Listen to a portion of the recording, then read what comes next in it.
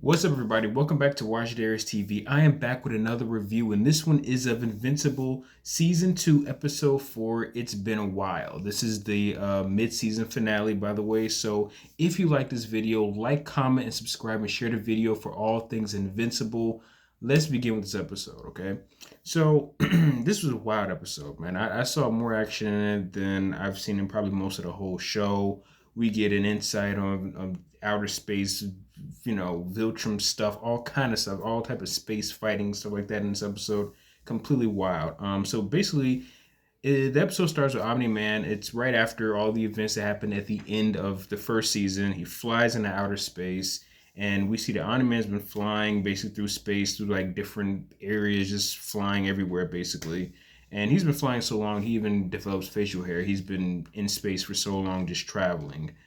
Um, he's flying through different galaxies, and it seems like he was going to just completely off himself. Like maybe he was going to dive into some type of black hole, but he decides to save some of the Thraxans. These people look like basically humanoid ants, and then they welcome him. So it's completely different from the bad taste he left on Earth. With humans. After he basically went on uh, a complete rampage. They completely, left a lot of, people in shambles. And now he's being welcomed in by these new alien species called the Thraxans. Present day Nolan sees his son, and they look like they were about to fight, but Mark hugs him. They miss each other, it seems, but Mark confronts him for basically, murdering about 1,000 people last season, and calling his mom a pet. And Nolan basically gets Mark to help him with the Thraxan people. He, tries to talk his son and helping him, trying to show he's sort of, I guess, turned over a new leaf in the past few months. And they let him be their emperor also. And so Nolan are these Thraxans' emperor. He's like their ruler now. He's conquered this planet. Though I guess he was supposed to have done to Earth. And Nolan ends up even has a scene where he basically makes out with his like alien uh, aunt girlfriend named Andreas. I'm surprised these people even have normal human names, even though they're basically ants. But now Nolan also has a son who is also like half Viltrumite, half Thraxan child.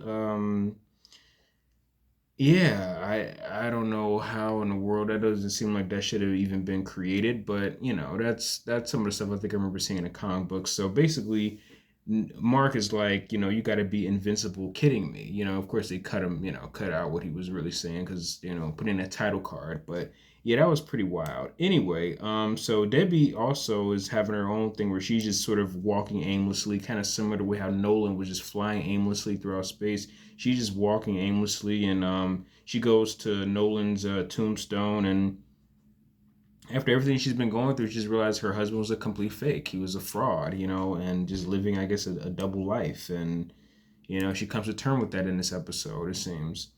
Then one of the Molar twins, I just want to call him Two Face Molar because basically exactly like Harvey Dent, half of his face is just body just completely just burnt up. So the Two Face Molar twin, he ends up deciding to make a clone of himself. So there's that. He has another clone in this episode. We end up finding out that not Dolan, Donald wants to talk to Debbie, and it seems to he's bothered by he seems to not be able to remember that he died in the previous season. He has no clue about that, and he even finds some of his old glasses at his place that he basically blew himself up at, which was like across the street from the Grayson's household. So he's sort of putting two together, like what's going on? What happened to me last season? William and Amber meet Adam Eve, and they tell her that basically Mark has been in space this whole time. And it seems like this episode, Adam is just kind of like really sad. She's just not really herself this season and this episode, and she's just not really in a right frame of mind. Even though basically earlier this season she was being praised by society and stuff like that, she's not really doing too well in this episode. Mark goes off on Nolan about his new life, basically about everything he did. You just completely murdered a bunch of people last season. Now you're starting a whole new life, and you got yourself a new girl and then a new kid. Just completely just turned into a Rolling Stone and just started a whole new family. And Nolan tries to say he's helping these people out, basically. So he just, completely just oblivious. Nolan tells Mark that the Viltrumites will find him and basically completely kill his new son and the people. And Nolan gets Mark to help him, but the Viltrumites come. So the Viltrumites end up making a stop there early and just comes to this planet and to basically, of course, wreak havoc. And Mark decides to save Nolan's new baby mama and their kid, basically his new brother. So yeah, there's a lot going on for Mark in this episode, yeah, so anyway, we have a return of Kilcannon. He returns and Eve ends up confronting him. So this is one of the most craziest parts of this episode. We'll get into that though. Mark takes Andressa. I'm not sure how to. I'm gonna say Andrea. I don't even know how to pronounce this name. It's even for an alien. It's a weird name. It's a human name, but Andressa. I'm gonna say Andressa. I don't know. I don't. So Mark takes Andressa and the kid to the caves. The kid also doesn't have its own name, so there's that. So Mark takes Andressa and the kid to the caves of Roclane. I don't know how to pronounce that. So anyway, and it's basically like a safe haven, basically for their people. And the Thraxans only live 1 year, we find out. So that's pretty interesting. And Andrea says she fell for Nolan fast, because basically their people only have like a year time span, which is ironic because Viltrumites live thousands of years. So figure that. Mark ends up meeting his first actual real Viltrumite that he ends up getting into it with. And this is Lucan. And this guy basically looks like Steve Harvey. I don't know what they were going for. I'm guessing that's what they're going for, like a mixture of maybe Steve Harvey, Vig Rhines, maybe even a little bit of Tyler Perry. This dude, I don't know if that's what they were going for. But then again, most of the characters on the show kind of look like some certain celebrities in a way. But yeah, anyway, so Mark ends up battling with his first Viltrumite named Lucan, and they completely face off, and they really go head to head, even though Lucan ends up wiping Mark across the floor. Like, he completely just beats the brakes off of Mark. And I like the scene where he basically like held his like finger on Mark's head and he was pushing it down to the ground. That was a really dope scene. I like that. The fight scenes on this show is really good. Even for a cartoon, it's choreographed great. The show is one of the most creative shows I think I've seen in quite a long time, cartoon-wise, Nolan ends up saving Mark, and Mark saves Andreas and the kid, and Nolan battles Lucan, and then he ends up gutting him, then basically staking him with one of the spikes in the cave. So it seems like he's just completely up out of here now. So, I guess that was it. Anyway, Nolan sends Andreas into the cave and tells Mark they have two more Viltrumite soldiers to fight. And these three were also the ones that completely beat the dog crap out of Alan the Alien, too. So these people have been basically just on a complete rampage this season. Eve fights Kilcannon on the bridge. She beats him, and then she starts getting a bit cocky. And she does the whole thing that most villains do, and she sits up and run her mouth instead of actually stopping him. She just running off at the mouth, and of course, he ends up taking advantage of that. So she tries to save like this old couple, but basically they end up falling into the lake as Kilcannon is basically like fighting her and hitting her and stuff like that. She ends up wounding Kilcannon, but the people that the two couple that basically fall into the lake that were in a car, they don't really say what happened to them. I'm assuming they might have died. I don't really know. They weren't that clear about it. I watched this episode maybe twice and I wasn't so sure. So if you guys know what happened to them, please comment below. I'm not sure if they died or anything like that. So yeah, if you guys know, please tell me. Let me know. Comment below. But basically, this whole situation really ends up sort of affecting her deeply. It makes her feel that maybe her dad was right about her this whole time. Her really mean dad. Maybe he was correct, possibly. Maybe that's what she may feel. But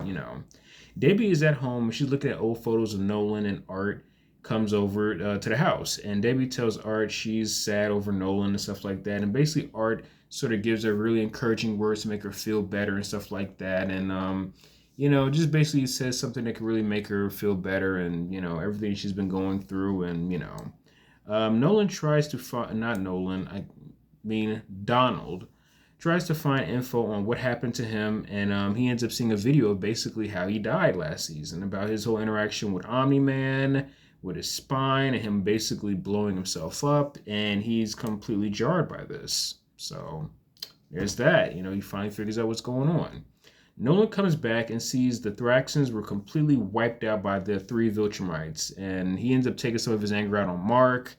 Even though basically, I mean, Omni-Man, you basically killed a bunch of civilians last season, so what could you be mad about? I mean, yeah, you like these people, but these people that you murdered, especially at the train station last season, you didn't think about that. So, it's to me feels kind of similar to like a version of karma coming back on Omni-Man in a way for the stuff that he pulled last season. But basically, his people that looked up to him and worshipped him are all wiped out. So Nolan hates that he loved them. He developed a connection with these people. He really loved them and really cared about them, and he hates that they were completely wiped out.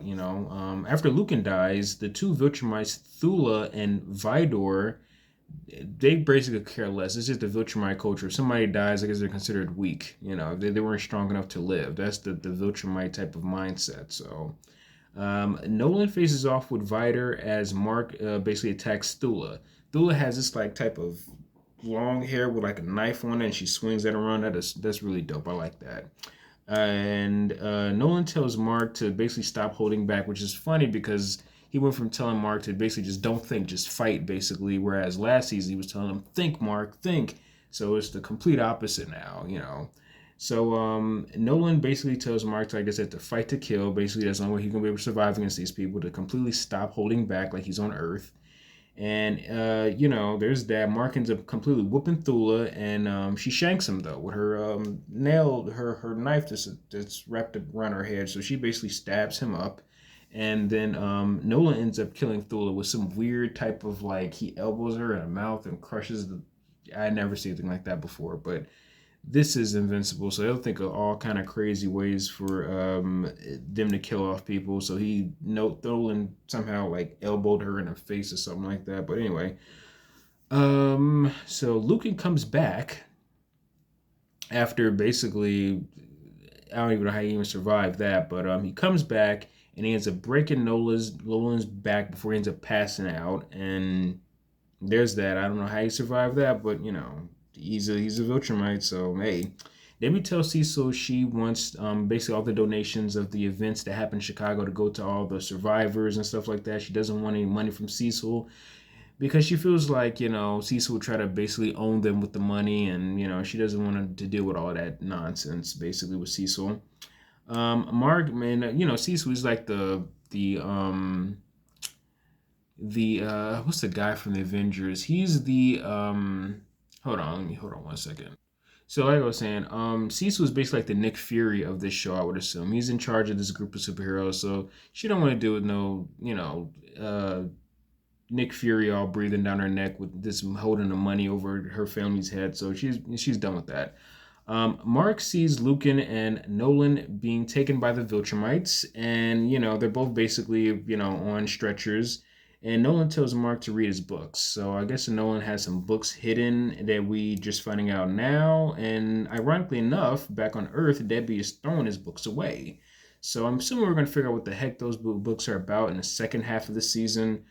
Eve comes back home to her parents. I'm guessing she might be getting tired of superheroing, so she might possibly be taking a break from it, but we know that this girl is not going to be done with that. But that's my theory for the second half of the season. She went from being praised for being a hero to maybe she's going to probably take a break from it. She's going to be really conflicted after the whole situation with Kill Cannon. So Donald cuts himself, and he sees that the knife bent, so he may not be human. I'm starting to think that most likely Donald, since we're going in different dimensions and stuff like that, something tells me that he must be taken from a different dimension. This Donald must be from a different dimension, some type of different universe or something like that, where he may have had powers, I'm assuming, or maybe they mixed in some Viltrumite DNA inside of him. Maybe he might be half Viltrumite or something from some type of experiment, but definitely this is a different version of Donald for sure, because he was completely blown up last season. So that's my theory. He must be from a different dimension or something.